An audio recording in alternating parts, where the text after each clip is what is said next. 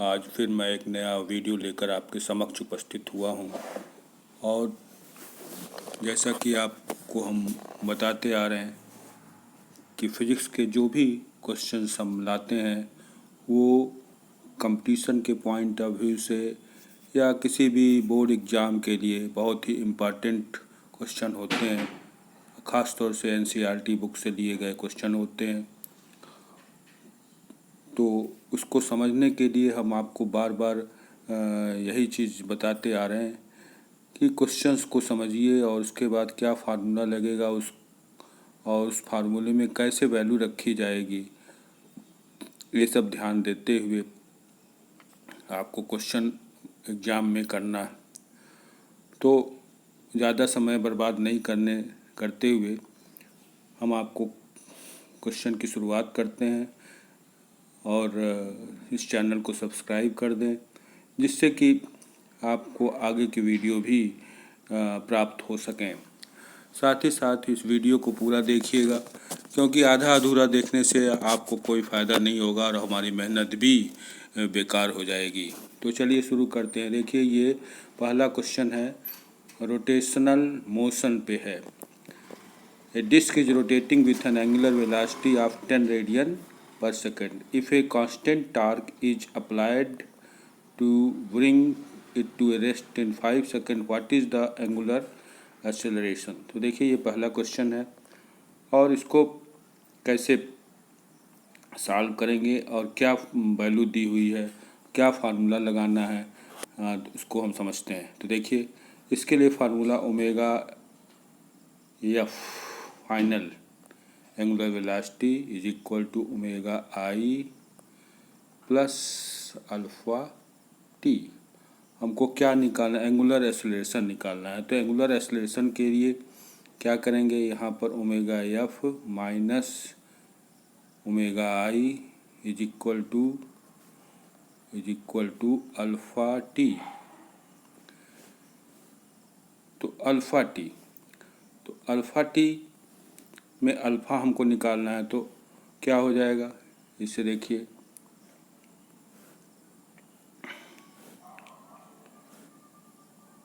Alpha T is equal to omega F minus omega I, ये value आई। इससे alpha की value क्या आ जाएगी, omega F minus omega I divide by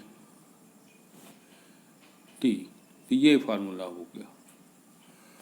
तो क्या फार्मूला है, alpha is equal to omega F minus omega I upon T. Omega F क्या है, फाइनल एंगुलर वेलोसिटी है, ये final angular velocity. Omega I क्या है, इनिशियल एंगुलर वेलोसिटी। टी जो है समय है। तो ये सब वैल्यू यहाँ पर हमको रखनी है। तो देखिए, इसमें क्या क्या वैल्यू रखनी है, कितना कितना वैल्यू दी हुई है। तो देखिए, ओमेगा एफ 0 है, ओमेगा आई 10 है और समय टी जो है 5 सेकेंड है। तो ये सब वैल्यू यहाँ हम रख देंगे। तो देखिए, यहाँ पर रखने पे अल्फ़ा की वैल्यू आ जाएगी, ओमेगा एफ 0 है, -10 और 5। तो क्या आ गया, alpha is equal to -5 radian per second. तो देखिए, माइनस आ रहा है, इसका मतलब वस्तु जो है घूमते हुए रुक गई। तो देखिए, ये एंगुलर एक्सेलरेशन पर सवाल है। तो इसके लिए आपको क्या फार्मूला लगाना है ये ध्यान देना है। इसमें देखिए, सबसे पहले तो आपको क्या करना है, ये formula omega F is equal to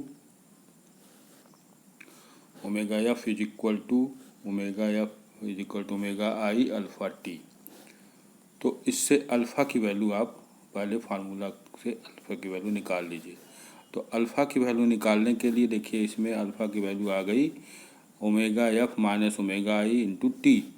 अब क्वेश्चन में क्या क्या दिया हुआ देखिए, ओमेगा एफ फाइनल जो है 0 है, ओमेगा आई 10 रेडियन पर सेकेंड और टी की वैल्यू कितनी है, 5। तो ये सब वैल्यू 10, 5 और 0 वैल्यू इसमें रखेंगे। तो देखिए, यहाँ रख दिया हमने 0, 10 और 5, तो माइनस में आ गया। तो इसका मतलब ये हुआ कि जो वस्तु है वो रुकेगी, आगे चल कर के रुकेगी, क्योंकि एक्सेलरेशन जो होगा वो माइनस में आ रहा है। ये एक्सेलरेशन नहीं है बल्कि क्या है, रिटार्डेशन है। तो इसलिए ये माइनस में आ रहा है, इसलिए ये वस्तु शुरुआत में घूमती है और घूमने के बाद ये इसमें डी एक्सेलरेशन लगता है, जिसके कारण वो रुक जाती है। तो आशा करते हैं आपके क्वेश्चन समझ में आ गया होगा और आगे के क्वेश्चन को हम देखते हैं। चलिए अब अगला क्वेश्चन देखिए। इसमें करंट इलेक्ट्रिसिटी का ये क्वेश्चन है, इलेक्ट्रिसिटी का ये क्वेश्चन है। तो इसमें देखिए पहले क्वेश्चन समझ लीजिए क्या है। देखिए इसमें आपको क्या दिया हुआ है और क्या निकालना है। तो देखिए इसमें a wire of length 1 metre and resistance 5 ohm is stretched to a double its original length, what will be the new resistance of the wire. तो the resistance of the wire आपको निकालना है, न्यू रेजिस्टेंस। उस एक wire है, एक तार है जिसकी लंबाई कितनी है, 1 मीटर है और रेजिस्टेंस कितना है, 5 ओम है। उसको फैला दिया जाता है और कहाँ कितना तक डबल कर दिया जाता है, तो उसकी जो न्यू रेजिस्टेंस होगी वो कितना होगी, उसे हमें निकालना है। तो चलिए इसमें देखिए फार्मूला क्या लगना है। देखिए ये फार्मूला लगना आर डैश, देखिए ये formula R dash is equal to R L dash by L का स्क्वायर। यहाँ देख लीजिए आर डैश जो है फाइनल रेजिस्टेंस है, आर क्या है, इनिशियल रेजिस्टेंस है, यल डैश जो लंबाई बढ़ाई गई उसका फाइनल लेंथ है, और ये प्रारंभिक यल जो है ये प्रारंभिक लेंथ है। तो इसमें वैल्यू रखनी है। फिर से समझ लीजिए आर डैश जो फाइनल रेजिस्टेंस उसका प्रतिरोध कितना होगा, शुरू में क्या प्रतिरोध था वो आर है, लंबाई को दुगनी कर दी गई तो लंबाई यल डैश दुगनी हो गई और प्रारंभिक लंबाई यल थी। तो इसमें हम वैल्यू रखेंगे। अब देखिए इसमें क्या क्या वैल्यू रखनी है। देखिए क्या लिख रहा है कि एक वायर ऑफ लेंथ 1 मीटर, माने कि यल की वैल्यू कितनी दी हुई है, यल की वैल्यू यहाँ पे 1 मीटर दी हुई है। ठीक, तो यल की वैल्यू जब 1 मीटर दी हुई है और रेजिस्टेंस कितना दिया हुआ है, 5, तो नया रेजिस्टेंस कितना होगा, न्यू रेजिस्टेंस। तो वैल्यू इसमें रखते जाएंगे।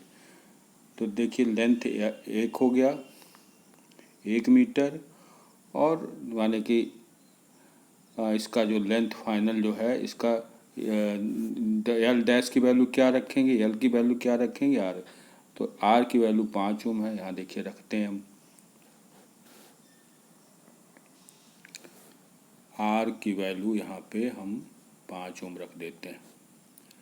लंबाई डबल कर दी जाती तो 2 यल हो गया, ये यल हो गया, इसका स्क्वायर हो गया।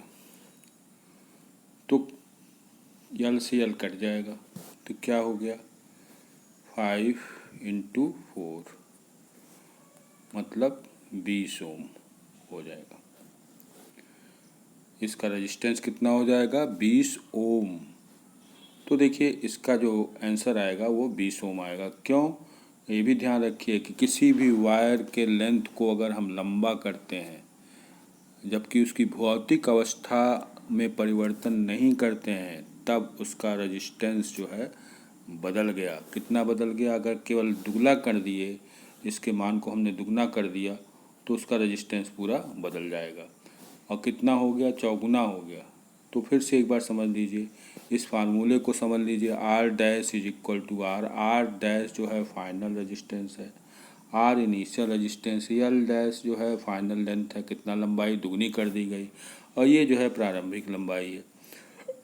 अब इसको जो है इसमें वैल्यू रख देंगे। आर के मान 5 ओम दिया हुआ शुरू में, उसके बाद लंबाई को कितना कर दिया गया, दुगना कर दिया गया है, ये दुगना हमने कर दिया इसकी लंबाई को। तो दुगना कर देने पर 2 यल बाई यल, तो यल से यल कट गया, इसका स्क्वायर, तो ये वैल्यू आ गई 20 ओम। तो 20 ओम रेजिस्टेंस आपकी फाइनल रेजिस्टेंस इसकी आ गई, मतलब ये आर डैश की वैल्यू आ गई। तो बहुत इम्पॉर्टेंट क्वेश्चन है, इसको ध्यान से समझ लीजिए और उसके बाद इस टाइप के क्वेश्चन अगर आते हैं तो उसको आसानी से आप कर सकते हैं। इसके लिए फार्मूला याद रखिए क्या फार्मूला है इसका, R dash is equal to R L dash by L का होल स्क्वायर। तो ये फार्मूला आपको याद रखना है। चलिए नेक्स्ट क्वेश्चन की तरफ बढ़ते हैं। देखिए ये ऑप्टिक्स का क्वेश्चन है,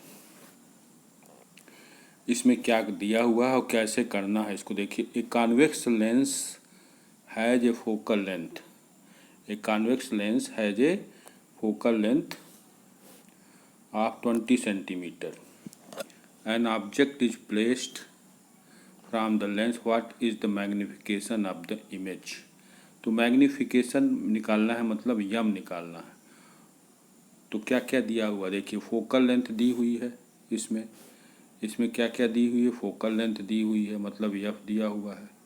यफ कितना दिया हुआ है, 20 centimetre. Object is placed 40 centimetre, मतलब यू दिया हुआ है कितना, 40 सेंटीमीटर। तो what is the magnification of the यम निकालना है। तो यम की वैल्यू इसमें निकाल ली।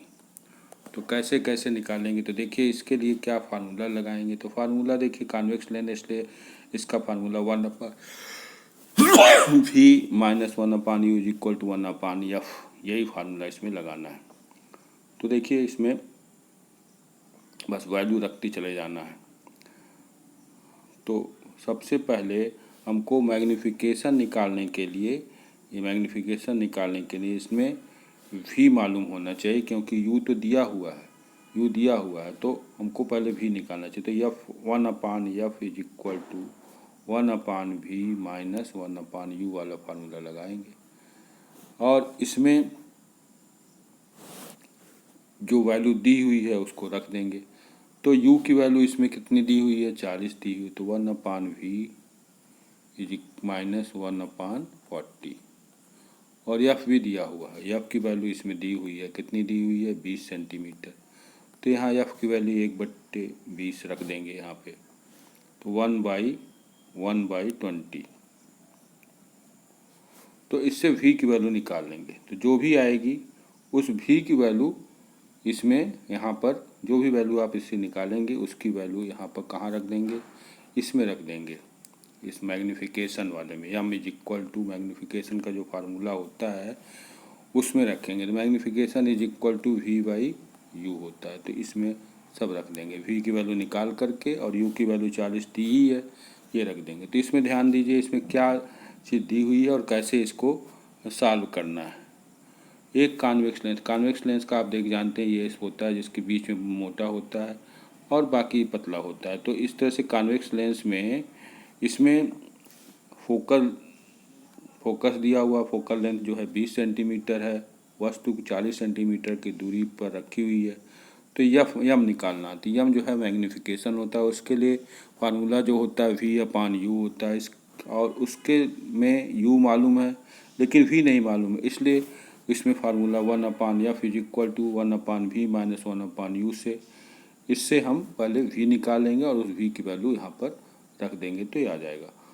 तो ये फार्मूला याद रखिए। क्या क्या फार्मूला, दो फार्मूले हैं, एक तो 1/f इज इक्वल टू 1/, ये फार्मूला याद रहना चाहिए, दूसरा ये फार्मूला आपको याद होना चाहिए मैग्निफिकेशन का। तो आशा करते हैं आप समझ गए होंगे। और इसी टाइप के क्वेश्चन आपके बोर्ड के एग्ज़ाम में या कहीं भी आते हैं तो आप उसको सॉल्व करिएगा। कॉन्वेक्स लेंस है, कॉन्वेक्स लेंस के लिए ये फार्मूला आपको अभी बताया हमने, ये लग देगा। चलिए नेक्स्ट क्वेश्चन की तरफ बढ़ते हैं। देखिए ये क्वेश्चन है मैग्नेटिज्म पर। A long straight conductor carrying a current 10 ampere produce a magnetic field 4 × 10⁻⁵ tesla at a certain point. What is the distance of the point from the conductor? तो जैसा कि आप जानते हैं ये फार्मूला क्या होता है, लॉन्ग, अब पहले भी हम बता चुके हैं। देखिए इसमें फार्मूला, लॉन्ग फार्मूला क्या होता है लॉन्ग वायर के लिए। देखिए ये अगर वायर है तो इसमें किसी बिंदु पर, किसी पॉइंट पर हमको b निकालना है, ये r दूरी है, तो b दिया हुआ है इसमें। तो फार्मूला लगाएंगे, जो फार्मूला आप जानते हैं, पहले भी हम बता चुके हैं। क्या फार्मूला लगाएंगे, b is equal to μ0I/2r। देखिए b इज इक्वल टू ये फार्मूला लगाएंगे, B is equal to mu zero I upon 2R। हमको निकालना क्या है, कितनी R निकालना है। तो R इज इक्वल टू क्या हो जाएगा, mu zero I upon 2B हो जाएगा, mu zero I upon 2B, क्योंकि R निकाला, R मतलब कितनी दूरी पर उसका मैग्नेटिक फील्ड इतना होगा, ये दिया हुआ। तो देखिए इसमें जो है क्या दिया हुआ है, करंट दी हुई है, I की वैल्यू दी हुई है, फिर उसके बाद मैग्नेटिक फील्ड B की वैल्यू दी हुई है। तो what is the distance of the point from the conductor, और म्यू जीरो की वैल्यू दी हुई है, करंट और मैग्नेटिक फील्ड की वैल्यू दी हुई है। तो इस फार्मूले में आपको रख देंगे mu zero I upon 2B, ये सब वैल्यू इसमें रख देंगे, तो आप निश्चित इसमें इसके वैल्यू निकाल लेंगे। तो वैल्यू रख करके आप देख लीजिएगा कितना आंसर आता है। तो फिर से इस क्वेश्चन को समझ लीजिए, एक लंबा वायर है जिसमें कि धारा I बह रही है, R मीटर की दूरी पर चुंबकीय क्षेत्र का मान दिया हुआ है, R हमको निकालना है, इसमें सब कुछ दी हुई है, I जो है 10 एम्पियर की है और B भी दिया हुआ है, म्यू जीरो का मान दिया हुआ है। तो इस तरह से आपको जो वैल्यू आएगी वो उसमें सॉल्व कर लेंगे। चलिए नेक्स्ट क्वेश्चन की तरफ बढ़ते हैं।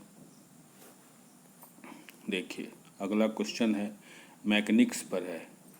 ए ball is thrown vertically upward with a velocity with a speed of 20 meter per second. How high will it rise before coming to the momentary stop? मतलब कितने ऊपर जाएगा कि इसकी जो है जीरो वेलोसिटी हो जाएगी।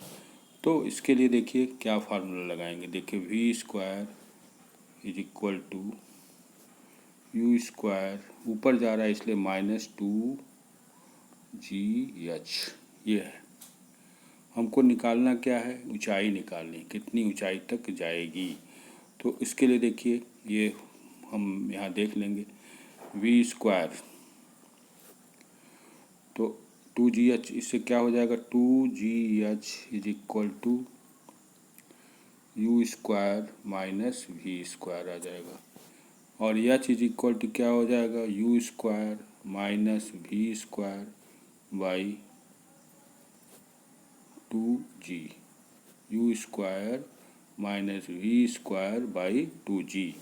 अब देखिए इसमें क्या क्या वैल्यू दी हुई है, देखिए इसमें दिया हुआ है सीधे सीधे कि ball is thrown vertically upward with the speed of 20 metre per second. देखिए 20 मीटर पर सेकंड मतलब इनिशियल वेलोसिटी यू 20 दिया हुआ है, तो यश निकालना है, तो इसमें रख देंगे। देखिए इसमें रखेंगे, बहुत सिंपल सा है, अंतिम वेलोसिटी इसकी तो 20 मीटर पर सेकंड, तो ये इसकी इनिशियल वेलोसिटी हो गई 20 का whole square minus 0 by 2G की वैल्यू कर मान लीजिए 10 रख देते हैं, तो इसका सीधे सीधे आंसर आ जाएगा 20 मीटर की ऊंचाई पर जा कर के ये रुक जाएगी, मतलब रुक क्या जाएगी, ऊपर जा कर के वो जीरो उसकी वेलोसिटी हो जाएगी और फिर वो वापस चली आएगी। तो फिर से क्वेश्चन समझ लीजिए, कोई भी देखिए इसमें कोई भी वस्तु क्या कर रहा है, इसमें कोई भी वस्तु इस तरह से ऊपर की तरफ ऐसे फेंकी जा रही है, इसकी इनिशियल वेलोसिटी 20 मीटर है, मीटर पर सेकंड है। अब इसको जो ऊपर जाने पर इसकी velocity v is equal to क्या हो गई, 0 हो गई। तो ये कितनी ऊंचाई तक जा कर के इसकी वेलोसिटी 0 हो जाएगी, यही क्वेश्चन पूछ रहा है। तो आपको फार्मूला क्या लगाना है, इसमें फार्मूला आपको यही लगाना है, v square is equal to u square minus 2GH। इसमें v की वैल्यू 0 रख देंगे, इसमें v की वैल्यू क्या हो जाएगी, 0 हो जाएगी, u की वैल्यू दी हुई है, g की वैल्यू अगर हम 10 रख देते हैं तो h की वैल्यू निकल जाएगी। चलिए अगला क्वेश्चन इसमें देखते हैं। देखिए अगले क्वेश्चन में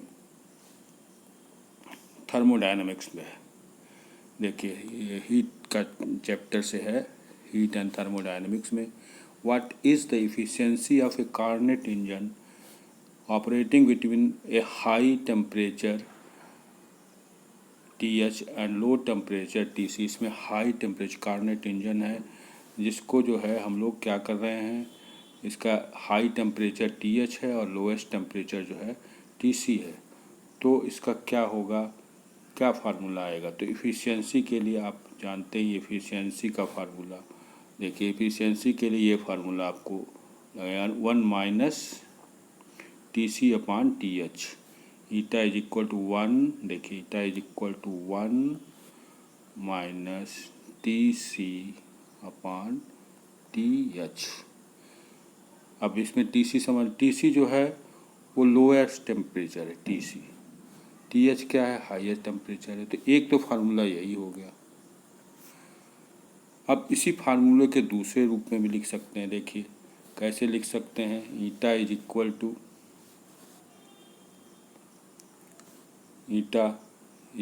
to 1 minus TC upon TH। इसको हम ऐसे भी लिख सकते हैं, TH यहाँ ऊपर आ जाएगा TH माइनस TC।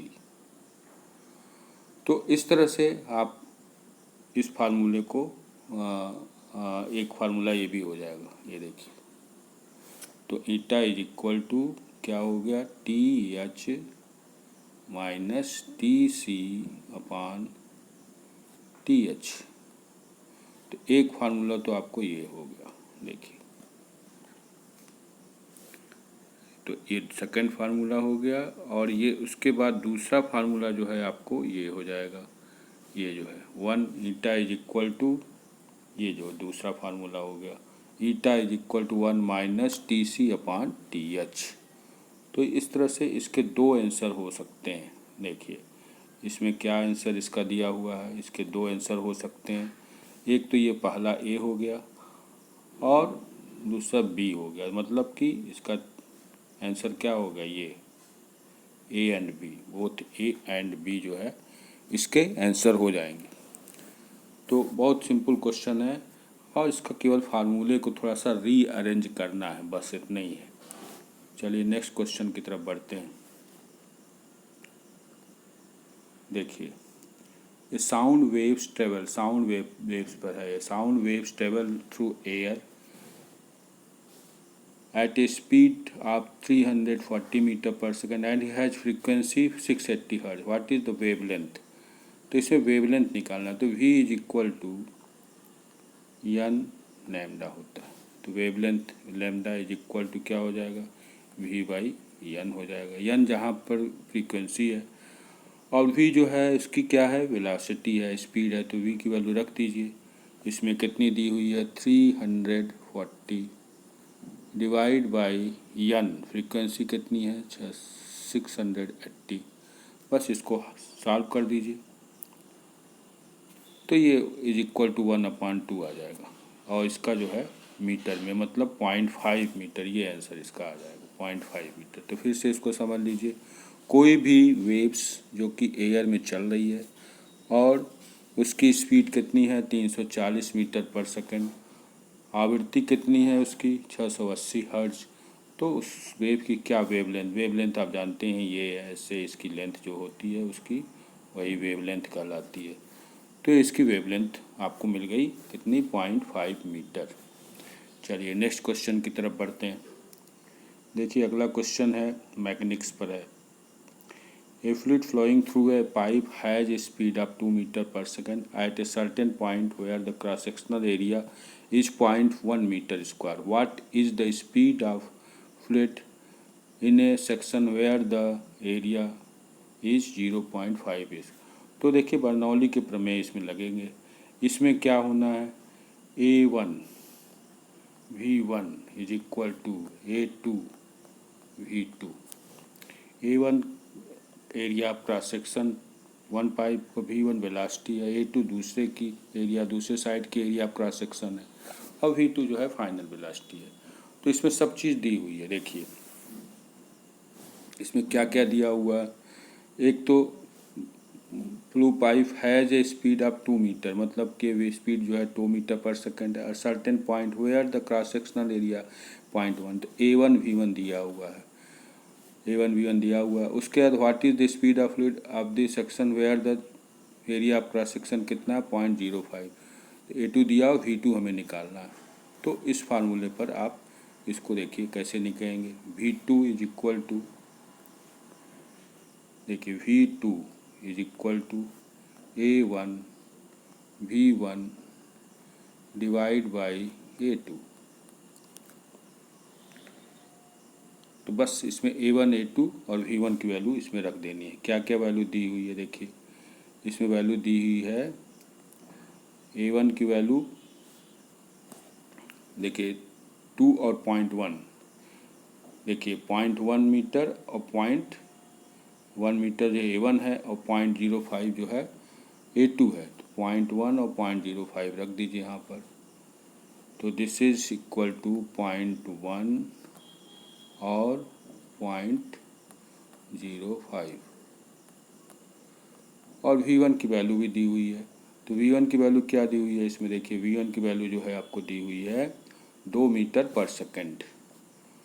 तो बस 2 मीटर पर सेकंड यहाँ रख दीजिए, यहाँ पे 2 मीटर पर सेकंड यहाँ रख दीजिए।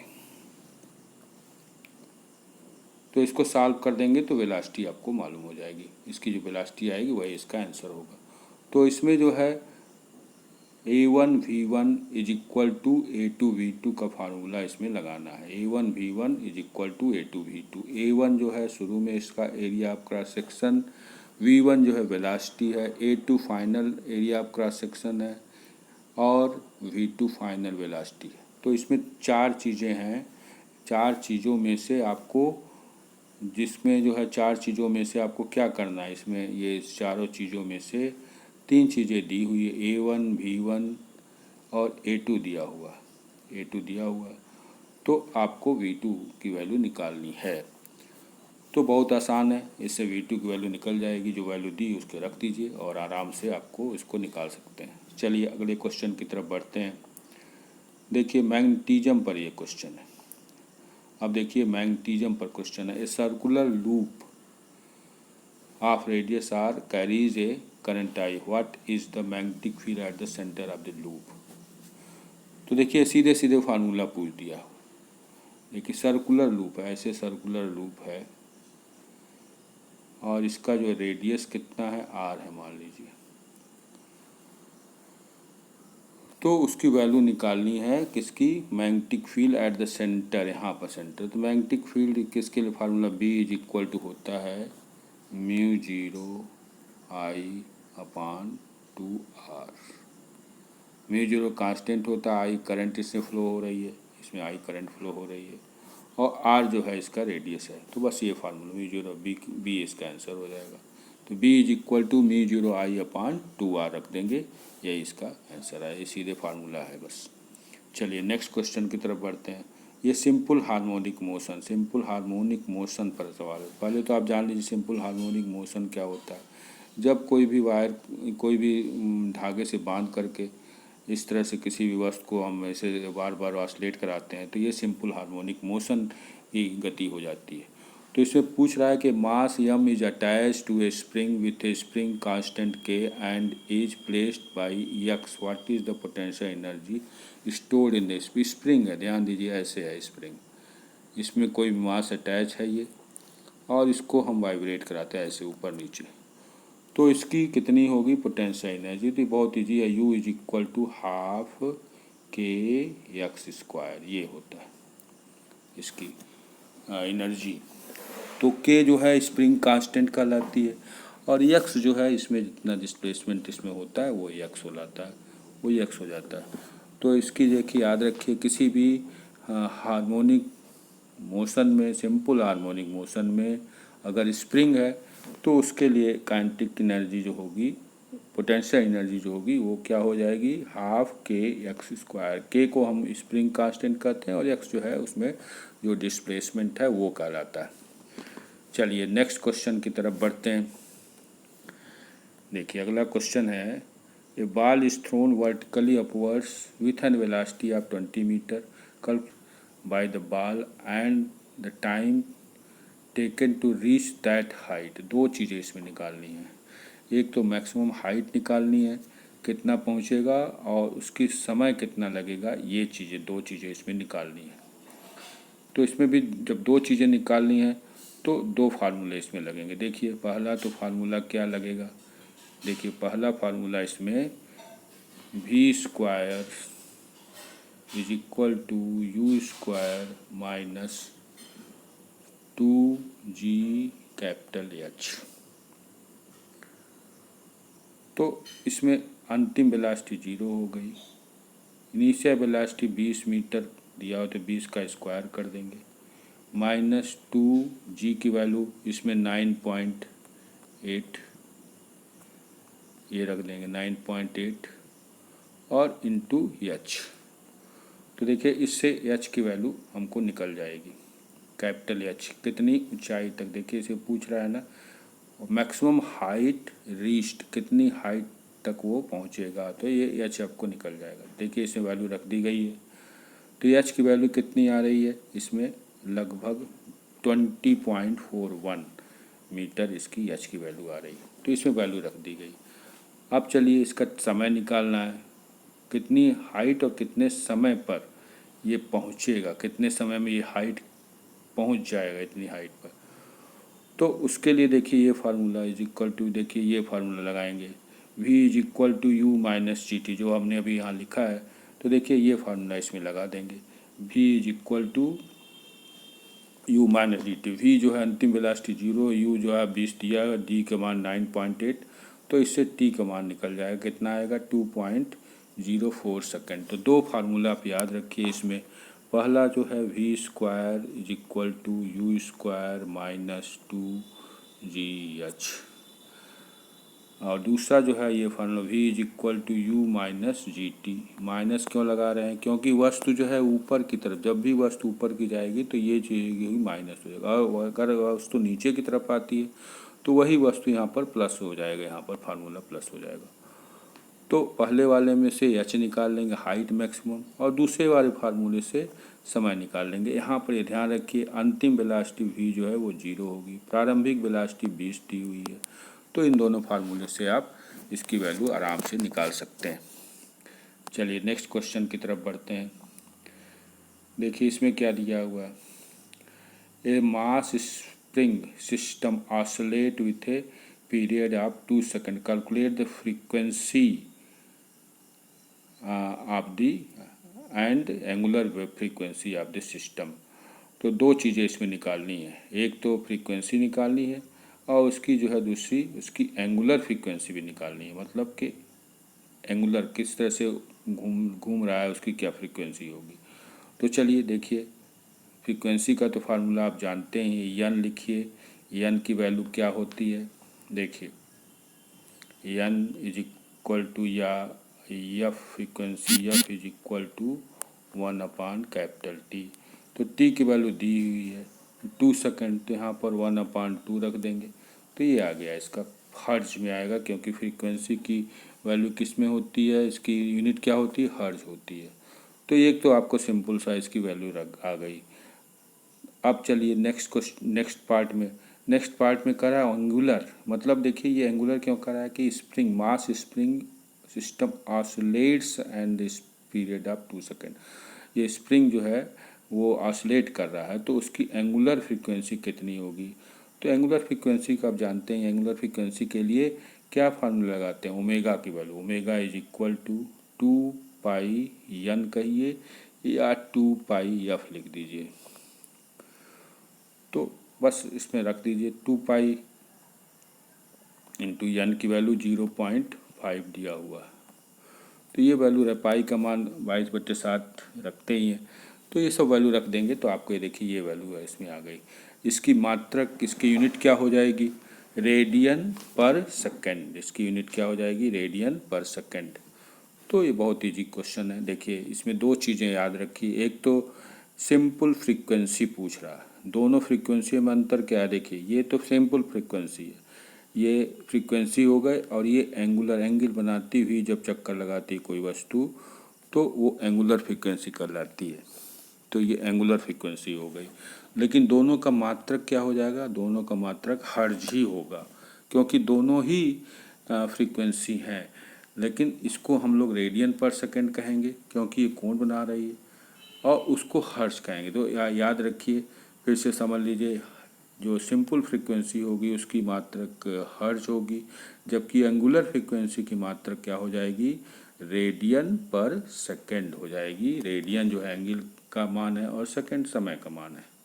चलिए अगली क्वेश्चन देखिए, ये क्वेश्चन है, ये रिलेटिविटी पर है। देखिए अलग अलग क्वेश्चन हम अलग अलग चैप्टरों से लेके आते हैं, ये ध्यान दीजिए। इससे आपके बहुत सारे चैप्टर्स दोहरा भी दिए जाते हैं और साथ ही साथ उसके कॉन्सेप्ट भी कुछ क्लियर हो जाते हैं। तो देखिए ये रिलेटिविटी पर क्वेश्चन है। देखिए particle moves at point 8c where c is the speed of the light. c जो है स्पीड ऑफ द लाइट है। Calculate the relativistic mass of the particle if its rest mass is 2 kg। देखिए rest mass, और यहाँ पर देखो ये formula लगेगा। क्या फार्मूला लगेगा, देखिए m is equal to m zero, यही यम जीरो जो है रेस्ट मास है, m naught √1 minus v square upon c square. C square जो है स्पीड ऑफ लाइट है। ध्यान दीजिए, ये जो है सी जो है ये स्पीड ऑफ लाइट है और ये वेलोसिटी है।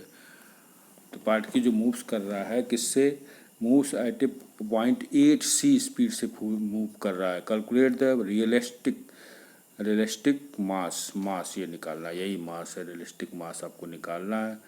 जबकि इसका रेस्ट मास भी दिया हुआ है। रेस्ट मास कितना दिया हुआ, 2 kg दिया हुआ। तो बहुत सिंपल सा ये फार्मूला है, m is equal to m zero 1 minus √v square upon c square. v जो है वेलोसिटी है और c जो है स्पीड ऑफ द लाइट है।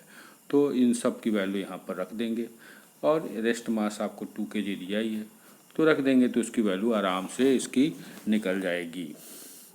देख लीजिए यहाँ पर हमने वैल्यू रख करके दिखा दिया है आपको। देखिए यम इज इक्वल टू, ये सब वैल्यू इसमें रखी गई है और रख करके आप सॉल्व कर सकते हैं।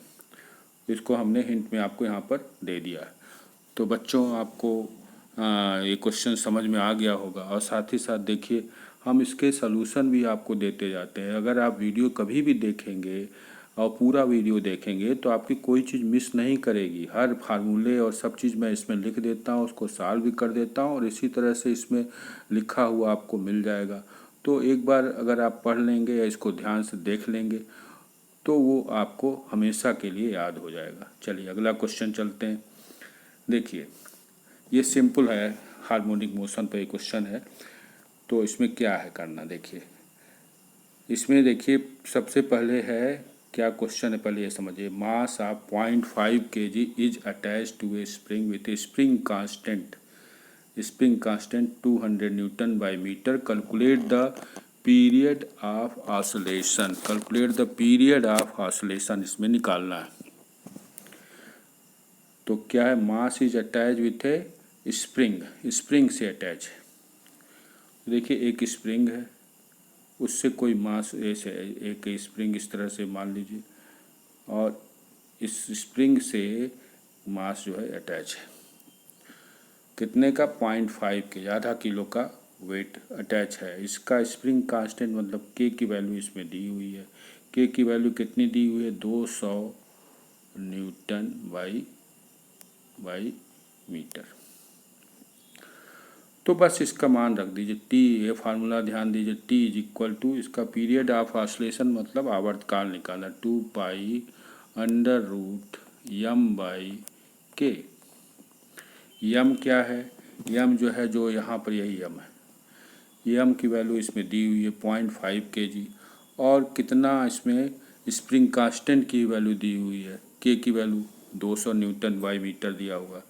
पाई की वैल्यू आप जानते हैं 22/7 या 3.14 रख दीजिए, तो इसका आवर्तकाल मिल जाएगा आपका। इसका पीरियड ऑफ ऑसिलेशन का फार्मूला लगा करके इसको आप सॉल्व कर सकते हैं।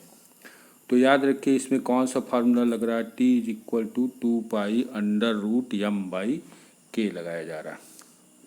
चलिए नेक्स्ट क्वेश्चन की तरफ बढ़ते हैं। देखिए अलग अलग टॉपिक्स के अलग अलग चैप्टर्स के हम क्वेश्चन यहाँ पर लेके आ रहे हैं। अब देखिए कनकेव मिरर पर क्वेश्चन हमने लाया है।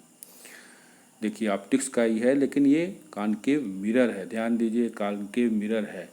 तो कॉनकेव मिरर में आपको सीधे सीधे ये फार्मूला आपको लगाना है, 1/f is equal to 1/v plus 1/u। ये सब वैल्यू इसमें रख देंगे और जो वैल्यू रखेंगे उसकी वैल्यू हम इसमें रख देने पर इसकी मान निकल जाए। क्या क्या दिया हुआ देखिए, कॉनकेव मिरर है जो focal length of 20 centimetre, F की वैल्यू इसमें 20 सेंटीमीटर दिया हुआ। If an object is placed 40 centimetre away, मतलब कि यू की वैल्यू दी हुई है 40 centimetre away from the mirror, calculate the position of the image formed. क्या कितनी दूरी पर ये इमेज, मतलब भी की वैल्यू निकालनी है इसमें। देखिए फिर से समझ लीजिए, कॉनकेव मिरर है। मिरर आप जानते हैं कि एक तरफ पॉलिश किया हुआ होता है और लेंस में कहीं भी पॉलिश नहीं हुआ होता है। तो मिरर के लिए फार्मूला ये होता है 1/f is equal to 1/v plus 1/u। ये फार्मूला रख देंगे। इसमें क्या क्या रखेंगे, फोकल लेंथ की वैल्यू कितनी आई हुई है 20 सेंटीमीटर, इसको रख देंगे। और यू की वैल्यू ऑब्जेक्ट जो है कितनी रखी गई है, ये जो है 15, ऑब्जेक्ट की वैल्यू जो है 40 सेंटीमीटर है। अब देखिए दोनों सेंटीमीटर में, तो इसलिए फोकस दूरी भी किस में आएगी, ये भी वैल्यू इसकी सेंटीमीटर में ही आएगी। तो देखिए सीजीएस सिस्टम है, मतलब कि इसमें फोकस दूरी भी अगर सेंटीमीटर में आएगी, अगर यू सेंटीमीटर में, तो भी सब कुछ इसमें सेंटीमीटर में नाप करके ही लिखना होगा, क्योंकि सेंटीमीटर में ही इसका आंसर आएगा। तो वैल्यू रख दीजिएगा, आसानी से क्वेश्चन सॉल्व हो जाएंगे। चलिए अगला क्वेश्चन देखते हैं। थर्मल एक्सपेंशन पर है। देखिए ये एकदम नया चैप्टर है, अलग चैप्टर है। देखिए थर्मल एक्सपेंशन पर ये चैप्टर है। तो क्या है देखिए, इसमें जो है ए स्टील रॉड है ऑफ लेंथ, मतलब इसका इनिशियल लेंथ L0 L0 इसको कह सकते हैं 2 मीटर है, ठीक। उसके बाद is heated from 20 to 80 degree centigrade, मतलब डेल्टा टी की वैल्यू यहाँ पर आपको 80 से 20 से 80 सेंटीमीटर, मतलब ये आ जाएगा 80 - 20, ये आ गया 80 - 20 रख देंगे तो ये आ जाएगा डेल्टा टी की वैल्यू आ गई। और फिर coefficient of linear expansion alpha की वैल्यू भी दी हुई है। ये कितना दिया हुआ है 12 × 10⁻⁻4 डिग्री -6 है। तो ये वैल्यू इसमें रख दीजिएगा C-1। तो देखिए ये formula L is equal delta L is equal to कितना इंस्पेक्शन, जो इंस्पेक्शन हुआ क्या पूछ रहा है, यही है। तो calculate the change in length, what is the change in length. Delta L क्या है, इसमें चेंज इन लेंथ है। L0 जो है इनिशियल लेंथ है, लेंथ कितना है 2 मीटर। अल्फ़ा की वैल्यू इसमें दी ही है 12 × 10⁻⁻6 12 इंटू, और डेल्टा टी आप ऐसे निकाल लेंगे 80 - 20, तो इसकी वैल्यू आ जाएगी। तो फिर से याद रखिए ये जो है उस पर है क्वेश्चन, किस पर है क्वेश्चन, ये जो है थर्मल एक्सपेंशन पर क्वेश्चन है। एक स्टील रॉड है, एक स्टील रॉड है इस तरह से, देखिए ऐसे कोई स्टील रॉड, ये मान लीजिए स्टील रॉड है और इसको फिक्स किया गया है 2 जगह, ऐसे फिक्स किया गया है। तो उसमें जो है आपको क्या करना है, इसके टेम्परेचर को 20 डिग्री सेंटीग्रेड से बढ़ा करके कितना कर दिया 80, तो 80 जब टेम्परेचर बढ़ेगा तो ये ढीला हो जाएगा थोड़ा सा। तो कैलकुलेट द चेंज इन, कितना लेंथ में परिवर्तन, क्योंकि जो शुरू में ठंडा था 20 डिग्री सेंटीग्रेड पर था तो उसका लेंथ कम होगी, लेकिन जैसे इसका टेम्परेचर बढ़ाएंगे उसका जो टेम्परेचर कम हो जाएगा, मतलब उसकी लेंथ बढ़ जाएगी। तो आपको वही निकालना है, क्या change in length, delta L is equal to L0 alpha into delta T. इसमें सब वैल्यू दी हुई है और उस वैल्यू को रख दीजिएगा, तो आसानी से ये क्वेश्चन आपको सॉल्व हो जाएगा। आशा करते हैं क्वेश्चन समझ में आ गया होगा। चलिए देखिए अब नेक्स्ट क्वेश्चन की तरफ बढ़ते हैं। देखिए इलेक्ट्रोमैग्नेटिक इंडक्शन पर है ये क्वेश्चन है। अब देखिए इसमें क्या है, इस क्वेश्चन को समझ लीजिए। इसमें इलेक्ट्रोमैग्नेटिक इंडक्शन पर ये क्वेश्चन है। ए कॉइल विथ 100 टर्न, देखिए coil with 100 turns and an area of 0.01 metre is placed in a magnetic field that increases from 0.2 to 0.5 tesla in 2 second. Calculate the EMF, EMF निकालना है। देखिए इसमें EMF का formula लगा, तो ये देखिए ईएमएफ का ई इज इक्वल टू, आप इसको लिख सकते हैं माइनस या नंबर ऑफ टर्न है, delta B change in magnetic field है, delta B upon time, change in time delta t into area of, area जो उसकी है। तो ये सब वैल्यू इसमें रखी, देखिए इसमें रखा हुआ है। यन की वैल्यू कितनी दी हुई है, 100 टर्न है इसमें। देखिए यन की वैल्यू इसमें दी हुई है, विथ कॉइल विथ 100 टर्न्स, तो इसकी यन की वैल्यू 100 रख देंगे। And an area of, area भी दिया हुआ, ए दिया हुआ, कितना दिया हुआ 0.1 metre square, placed in magnetic field, magnetic field that increases 0.00 से लेकर के 0.5 टेस्ला तक इंक्रीज करती, तो ये डेल्टा वी की वैल्यू आ गई। इसकी वैल्यू आ गई, ये देखिए यहाँ पर 0 डेल्टा बी की वैल्यू आ गई।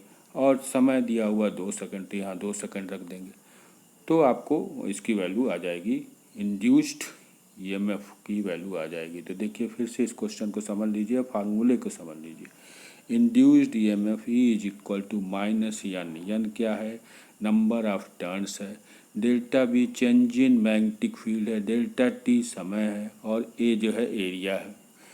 तो इस फार्मूले में रखने के लिए देखिए क्या क्या दिया हुआ है। यन की जगह 100 रखिए,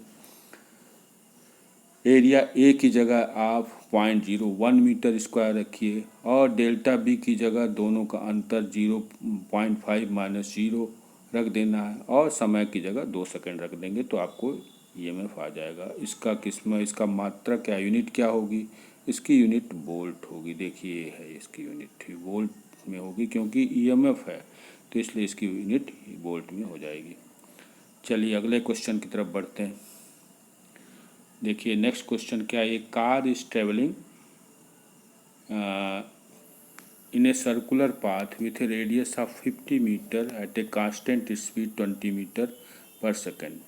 calculate the centripetal acceleration and the force acting on 1000 kg car. तो देखिए ये सर्कुलर मोशन पर ये क्वेश्चन है। तो सर्कुलर मोशन के लिए देखिए सबसे पहले तो सेंट्रीपिटल एक्सेलरेशन का फार्मूला जानिए, a is equal to v square by r, ये होता है। ए जो है सेंट्रीपिटल एक्सेलरेशन है, वी जो है वेलोसिटी है कार की, और आर जो है जिस रेडियस में वो घूम रही है कार। तो देखिए कार घूम रही है एक सर्कुलर पाथ पे, तो उसकी रेडियस कितनी मीटर है, 50 मीटर, तो यहाँ 50 मीटर रख देंगे, आर की जगह क्या रख देंगे 50 मीटर, और वेलोसिटी इसकी दी हुई है 20 मीटर पर सेकंड, तो 20 मीटर यहाँ रख देंगे। देखिए यहाँ रख दिया गया 20 मीटर और 50 मीटर, तो इस तरह से रख देंगे तो इसकी वैल्यू आ जाएगी। तो ये सेंट्रीपिटल एक्सेलरेशन अभिकेंद्र त्वरण का मान है, क्योंकि ये जो है कार सर्कुलर मोशन कर रही है।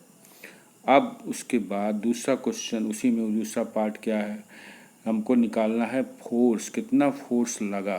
तो एफ इज इक्वल टू आपका सीधे सीधे F is equal to m into a c. जो ए सी यहाँ क्या है, सेंट्रीपिटल एक्सेलरेशन है, मास ऑफ द कार दिया हुआ 1000 kg, यहाँ देखिए मास ऑफ द कार दिया हुआ 1000 kg ये दिया हुआ, तो ये सब वैल्यू यहाँ रख देंगे तो आ जाएगा 8000 न्यूटन। इसमें देखिए ये जो है 8000, तो यम की वैल्यू दी हुई है, एसी की वैल्यू पहले ही निकाल लेंगे और उसकी वैल्यू रख देंगे, तो आपको ये क्वेश्चन का आंसर आ जाएगा। चलिए नेक्स्ट क्वेश्चन की तरफ बढ़ते हैं। देखिए ये क्या, which of the following quantities is a vector quantity. अब देखिए कौन सी इसमें से राशि जो है वो वेक्टर क्वांटिटी है, स्पीड है, डिस्टेंस है, फोर्स है, मास। तो बहुत सिंपल सा क्वेश्चन है ये, force F is equal to m into a होता है, और एफ जो है फोर्स आप जानते हैं, एक्सेलरेशन भी वेक्टर क्वांटिटी होती है, ए भी और एफ भी। तो एफ जो है फोर्स जो है वो वेक्टर क्वांटिटी, वेक्टर मतलब क्या होता है, जिसकी दिशा हो, कोई भी वस्तु किसी दिशा में अगर चल रही है तो परिमाण के साथ अगर दिशा भी है तो वो वेक्टर क्वांटिटी होगी। देखिए इसमें यम वेक्टर नहीं है, ये वेक्टर नहीं, क्योंकि ये परिमाण है केवल इसका, इसमें केवल परिमाण ही है। और लेकिन ए में देखिए दिशा भी होगी और परिमाण भी होगा। फोर्स जो लग रहा है उसमें भी दिशा भी होगी, किस दिशा में फोर्स लगाया जा रहा है, और साथ साथ उसमें कितना उसका मैग्नीट्यूड होगा उस फोर्स का, वो भी। तो ये वेक्टर क्वांटिटी हो गई। चलिए अब समझ गए होंगे कि वेक्टर क्वांटिटी क्या होती है। वेक्टर क्वांटिटी में दिशा और परिमाण दोनों होता है, जबकि अदिश राशि वेक्टर जो नहीं होती उसमें केवल परिमाण होता है। चलिए अगले क्वेश्चन की तरफ बढ़ते हैं। तो ये क्वेश्चन देखिए, लगभग ये सारे चैप्टर्स को, काफ़ी कम से कम 8-10 चैप्टरों को हमने इसमें आपको समझाया। अब देखिए हम सबका पूरा निचोड़ आपको बता देते हैं कि क्या है, आपको कैसे कैसे आपने क्वेश्चंस को किया। तो देखिए सबसे पहले तो ये फार्मूला हमने F is equal to m into a लगाया। एक formula v square is equal to u square minus 2GH। दूसरा v is equal to u minus GT। फिर इसके e is equal to EMF n be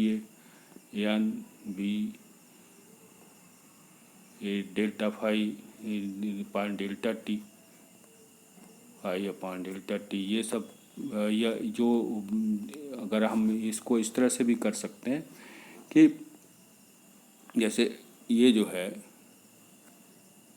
induced EMF का formula जो हमने लगाया था, वो इंड्यूस्ड EMF के फार्मूले में आपको सब चीज़ें दी रहेगी। E is equal to minus n delta phi upon delta t into a हो गया। तो ये सब फार्मूले इसमें लगे हुए हैं। एक जो है आवृत्ति का फार्मूला भी हमने आपको अभी बताया था। यहाँ आवृत्ति के लिए यन इज इक्वल टू, देखिए n is equal to 1/T होता है। एक दूसरा v is equal to n lambda, ये भी लगाया था। तो ये सब फार्मूले आपको लगाए गए हैं, इसमें यूज किए गए हैं। तो ये फार्मूले आप याद रखिए, और याद रखने के साथ साथ उसको कैसे वैल्यू रखेंगे CGS में, MKS में, ये सब भी आपको देखना होगा। क्योंकि ऐसा नहीं कि सेंटीमीटर में है तो आप सब उसको MKS में अगर निकालना है तो सेंटीमीटर में रख दिया, ऐसा नहीं होता। तो इसको ध्यान दीजिए। सबसे पहले तो आपको न्यूमेरिकल करने समय आपको फार्मूले याद होने चाहिए। फार्मूले में कैसे कौन किसकी वैल्यू कहाँ रखी जाए, इसका क्लियर कॉन्सेप्ट होना चाहिए। तो अगर न्यूमेरिकल अच्छी तरह से आपको करना है तो सबसे पहले जितने भी फार्मूले हैं फिजिक्स के, उसको याद कर लीजिए, उसको बार बार प्रैक्टिस में लाइए। और ये मेरा वीडियो जो है इसके लिए बहुत ही महत्वपूर्ण होता है, क्योंकि हम इसमें कम से कम 8-10 चैप्टरों का हम कवर करते हैं और उसके जो है नए नए फार्मूले आपको बताते जाते हैं। तो जब आप फिजिक्स के 8-10 चैप्टर रोज़ दोहराएंगे और उसके फार्मूले याद रहेंगे तो आपको कहीं कोई प्रॉब्लम आएगी ही नहीं न्यूमेरिकल करें। और जिसका न्यूमेरिकल ठीक हो गया, न्यूमेरिकल में नंबर मिल गया, तो समझ लीजिए उसकी फिजिक्स सबसे बढ़िया हो जाएगी। क्योंकि अब न्यूमेरिकल ज़्यादा आते हैं, थ्योरी कम आती है। तो प्यारे बच्चों, आपको फिर से हम आपको धन्यवाद देते हैं। और हमारे वीडियो को पूरा देख करके कमेंट बॉक्स में लिखिएगा कि क्या चीज़ आपको समझ में नहीं आई, और सब्सक्राइब कर दीजिएगा। तो आपको नए वीडियो रोज़ हम डालते जाते हैं, वो आपको ज़रूर मिलेंगे। और आपको हम जैसा कि बताएं हैं, इसमें आपको सफलता 100% मिलनी है। क्योंकि हम इतने सारे क्वेश्चंस करवा देंगे, इतने सारे क्वेश्चन, 2000-4000 क्वेश्चन, कि आप उसमें माहिर हो जाएंगी। और 100%, 100 फिजिक्स में 70 नंबर की अगर पेपर है तो 70 में 70 पाने की आशा करिए। तो पुनः आपसे रिक्वेस्ट है कि इस चैनल को, हमारे चैनल को सब्सक्राइब कर दीजिए, आइकॉन बटन को दबा दीजिए, जिससे नए आपके वीडियो आपको मिल सके। और जो भी आपकी परेशानी है उसे कमेंट बॉक्स में ज़रूर लिखिए, जिससे हम आपके सारे क्वेश्चन या प्रॉब्लम जो हैं, आपकी परेशानियां, उसे हम दूर कर सकें। और सफलता का राज यही है कि मेहनत करिए, लगन से करिए और हिम्मत के साथ करिए। और ये दिमाग में बैठा लीजिए कि हम कमज़ोर किसी भी हालत में नहीं, क्योंकि कमज़ोर बच्चे ही न्यूमेरिकल में बहुत ही कमज़ोर होते हैं और वो डरते हैं उससे। तो डरने की यहाँ पर कोई गुंजाइश ही नहीं बचेगी। धन्यवाद बेटे, आपको पुनः से धन्यवाद। और सब्सक्राइब ज़रूर कर दीजिएगा, यही मेरा आपसे रिक्वेस्ट है। Thank you.